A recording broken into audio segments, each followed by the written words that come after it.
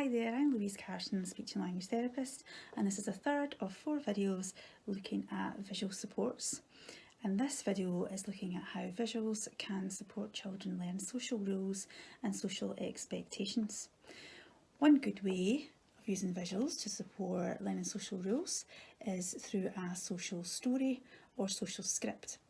Social stories go through what's going to happen at an event, so children know what the event's going to entail, what they'll need to do, what other people will do, how people will be feeling.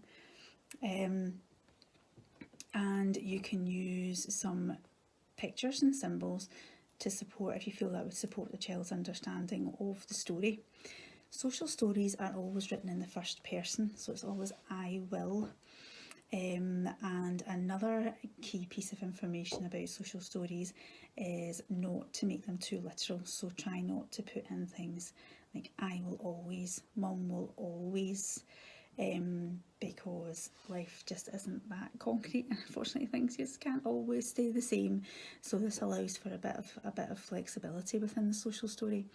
This social story is about going to the toilet in school, so it talks about asking for permission to go and why do we need to ask permission to go, so that an adult knows where we are and when is a good time to use the toilet in school. So it really goes through these kind of situations and what the expectations are around these situations. We have got some hints and tips on our Facebook page, so you can have a look and try writing a social story if you feel there's a situation coming up that your child would need a little bit extra support. Another way of using visuals to support social rules and expectations is through drawings. Cartooning or comic strip conversations, you might hear this being referred to. So this is one that I've just done for an example, and it's about a wee boy who's having a birthday, and a friend's coming with a present. So you could use a scenario like this. You could use drawings to explain what's going to happen and what other people might do, what you might do, what the expectations are going to be. The drawings, this is a really good way to show the effect that what one person says, what effect that has on the other person.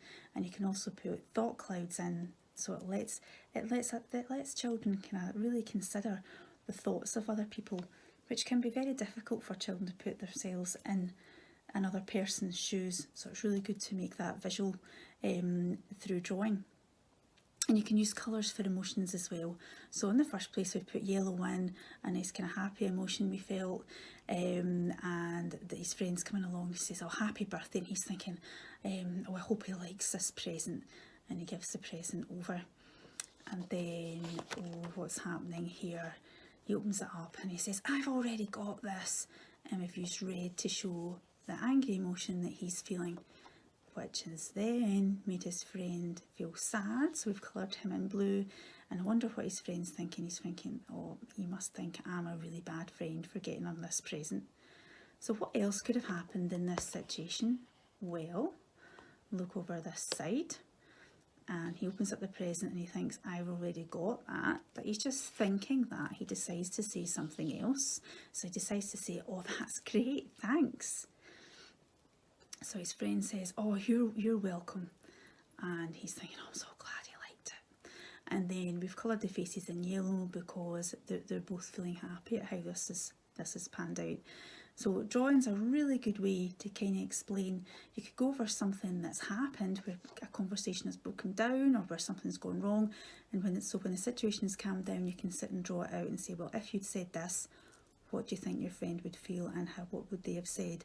So you can really sort out different options and see how that would impact on the situation. And you can also use it like a social story to talk about future events as well. So hopefully you found social stories and comic strip conversations an interesting way to support your child learning expectations and social rules, and we'll put on video number 4 soon, the final video. So thank you very much for listening. You can follow NHS Lanarkshire Speech and Language Therapy Children and Young People Service on our social media, on Twitter at SLT North and at SLT South Lan, and on Facebook search for Speech and Language Therapy NHS Lanarkshire. You can contact us via our email address sltinquiry@lanarkshire.scot.nhs.uk or phone our helpline number on 01698 687 606.